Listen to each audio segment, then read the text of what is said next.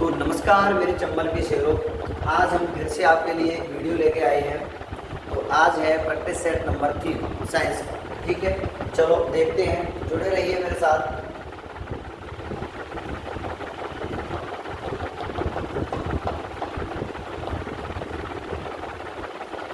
चलो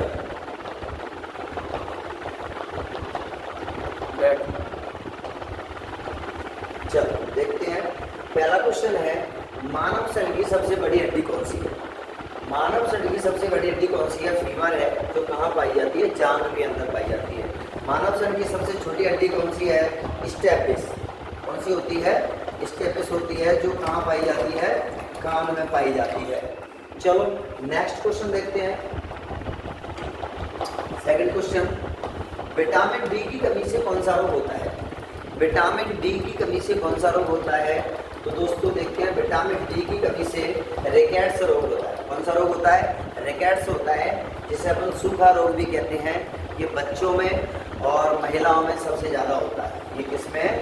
बच्चों में और महिलाओं में सबसे अधिक होता है रिकेट्स रोग। तो option number B is correct. और जो रतौंधी है दोस्तों, आंखों से संबंधित है, ये विटामिन ए की कमी से होता है। विटामिन ए की कमी से होता है रतौंधी। और जो स्कर्वी है वो विटामिन सी की कमी से होता है। और बेरी है तो ये विटामिन बी की कमी से होता है। ठीक है दोस्तों, ध्यान रखना।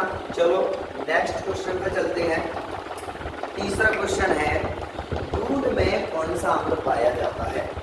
दूध के अंदर कौन सा अम्ल पाया जाता है? तो देखते हैं मेरे प्यारे बच्चों, लैक्टिक अम्ल। Option number B is correct. जो लैक्टिक अम्ल है वो किस में पाया जाता है? दूध के अंदर पाया जाता है। चलो नेक्स्ट क्वेश्चन देखते हैं। सूर्य के सबसे निकट कौन सा ग्रह होता है? सूर्य के सबसे निकट कौन सा ग्रह होता है? मैंने आपको बताया था, ये सूर्य है। सूर्य के बाद में सबसे नजदीक होता है बुध। बुध, शुक्र, पृथ्वी, मंगल, फिर आता है बृहस्पति, शनि, अरुण, वरुण। वरुण जो ग्रह होता है वो सूर्य से सबसे दूर होता है। एक ग्रह और था मेरे प्यारे बच्चों, कौन सा? प्लूटो, जो 9वें नंबर पे आता था, जिसको जो प्लूटो ग्रह था उसको अब ग्रह की श्रेणी से हटा दिया गया है। ठीक है, चलो नेक्स्ट क्वेश्चन देखते हैं मेरे चप्पल के शेरों। कौन सा है? Question number 5। तो 5 क्वेश्चन नंबर क्या कहता है कि मानव शरीर में कुल कितनी हड्डियां होती हैं? बहुत ही सिंपल क्वेश्चन आती है दोस्तों।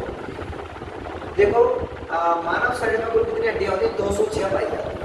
लेकिन इसको थोड़ा सा घुमा के पूछा जा सकता है। देखो, ऐसे भी यदि क्वेश्चन ऐसे पूछता है कि बच्चों में कितनी हड्डियां पाई जाती हैं, तो बच्चों में दोस्तों लगभग 300 हड्डियां पाई जाती हैं। अब आपके दिमाग में ये क्वेश्चन आ रहा होगा, ये क्वेश्चन आ रहा होगा दिमाग में कि जो 300 है, बड़े होके हड्डियां कहाँ चली जाती हैं? तो बड़े होके जो हड्डियां होती हैं वो आपस में क्या है? जुड़ जाती हैं। ठीक है, तो ये हड्डियों के जॉइंट से पाए जाते हैं, इसलिए बच्चों में हड्डियां लगभग 300 होती हैं और बड़े होकर 206 रह जाती हैं, क्योंकि जो हड्डियां होती हैं वो आपस में जुड़ करके 206 बचती हैं। चलो नेक्स्ट क्वेश्चन देखते हैं मेरे चंबल के शेरों। 6 नंबर क्या कहता है? पेनिसिलिन की खोज किसने की थी? तो पेनिसिलिन की खोज किसने की थी? अलेक्जेंडर फ्लेमिंग ने की थी। किसने की थी पेनिसिलिन की खोज? अलेक्जेंडर फ्लेमिंग ने। चलो कई बार आ चुका है ये क्वेश्चन, कई बार आ चुका है। चलो नेक्स्ट क्वेश्चन चालू करते हैं। विद्युत बल्ब का फिलामेंट किस धातु का बना होता है? जो दोस्तों विद्युत बल्ब होता है ना, इसका जो फिलामेंट होता है वो किसका बना रहता है?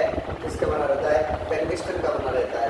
जो गर्मी के कारण ज़्यादा हीट जो होती है उससे खराब ना हो जाए, गल न जाए, इसलिए जो विद्युत का बल्ब होता है उसका जो है फिलामेंट होता है, काई बना होता है? टंगस्टन का बना होता है। ठीक है मेरे प्यारे बच्चों, नेक्स्ट क्वेश्चन देखते हैं। नेक्स्ट क्वेश्चन देखते हैं, मानव शरीर का सामान्य तापमान कितना होता है? जो हमारा शरीर है इसका सामान्य टेम्परेचर कितना होता है? 37 degree, 37 degree centigrade, 37 degree centigrade होता है मानव शरीर का तापमान। ठीक है, चलो नेक्स्ट क्वेश्चन देखते हैं। नेक्स्ट क्वेश्चन की तरफ चलते हैं। खाने का नमक किसका रासायनिक नाम है? खाने का जो नमक होता है, नमक का रासायनिक सूत्र क्या? सीधा सीधा पूछा गया तो NaCl है। या रासायनिक नाम की बात करें तो क्या है? Sodium chloride. क्या है मेरे प्यारे बच्चों? सोडियम क्लोराइड, और सोडियम क्लोराइड का सूत्र पूछता है तो क्या लिखेंगे NaCl। ठीक है मेरे प्यारे बच्चों, नेक्स्ट क्वेश्चन की तरफ बढ़ते हैं। 10 नंबर क्वेश्चन क्या कह रहा है, पौधों में जल का परिवहन किस उपकर द्वारा होता है। जो पौधे होते हैं जल का परिवहन किसके द्वारा होता है, तो मैंने बताया था आपको, जो प्लांट होते हैं, प्लांट के अंदर जो पत्तियां हैं, और पत्तियां क्या करती हैं, भोजन बनाने का काम करती हैं। पत्तियां क्या करती हैं, भोजन बनाने का काम करती हैं। किस क्रिया के द्वारा, प्रकाश संश्लेषण की क्रिया के द्वारा, बोले तो फोटोसिंथेसिस की क्रिया के द्वारा। पेड़ पौधों की जो पत्तियां होती हैं वो भोजन बनाती हैं, और इनको भोजन बनाने के लिए किन किन चीज़ों की आवश्यकता पड़ती है, जल की आवश्यकता पड़ती है, सूर्य के प्रकाश की आवश्यकता पड़ती है, CO2 की आवश्यकता पड़ती है, और पत्ती के अंदर जो पाया जाता है क्लोरोफिल, उसकी आवश्यकता पड़ती है। जो पत्ती पानी लेती है तो कहाँ से लेगी, जो जड़ें होती हैं, जड़ों के अंदर नीचे एक ऊतक रहता है जिसका नाम होता है जाइलम। यह जाइलम नीचे से ऊपर तक पत्ती तक क्या पहुंचाता है मेरे प्यारे बच्चों, जाइलम क्या पहुंचाता है, जल पहुंचाता है। और पत्ती के द्वारा जो बनाया गया भोजन है, जो ग्लूकोज है, वो जड़ों तक कैसे पहुंचता है, तो जड़ों तक को पहुंचने के लिए मेरे प्यारे बच्चों उसको दूसरा ऊतक होता है, कौन सा, उसका नाम है फ्लोएम। कौन सा, फ्लोएम। तो ध्यान रखना मेरे प्यारे बच्चों, जाइलम के द्वारा पौधों में जल का परिवहन होता है, और जो फ्लोएम होता है, फ्लोएम के द्वारा भोजन का परिवहन होता है। काय का परिवहन होता है, भोजन का परिवहन होता है। ठीक है मेरे प्यारे बच्चों, चलो तो इसमें कौन सा क्वेश्चन सही हुआ, कौन सा ऑप्शन सही हुआ, बी। ठीक है, चलो नेक्स्ट क्वेश्चन देखते हैं मेरे प्यारे बच्चों। सबसे कठोर प्राकृतिक पदार्थ कौन सा होता है, सबसे जो कठोर है प्राकृतिक पदार्थ कौन सा है, हीरा। कौन सा है, हीरा। हीरा सबसे कठोर पदार्थ होता है। ठीक है, चलो नेक्स्ट क्वेश्चन की ओर बढ़ते हैं मेरे प्यारे बच्चों।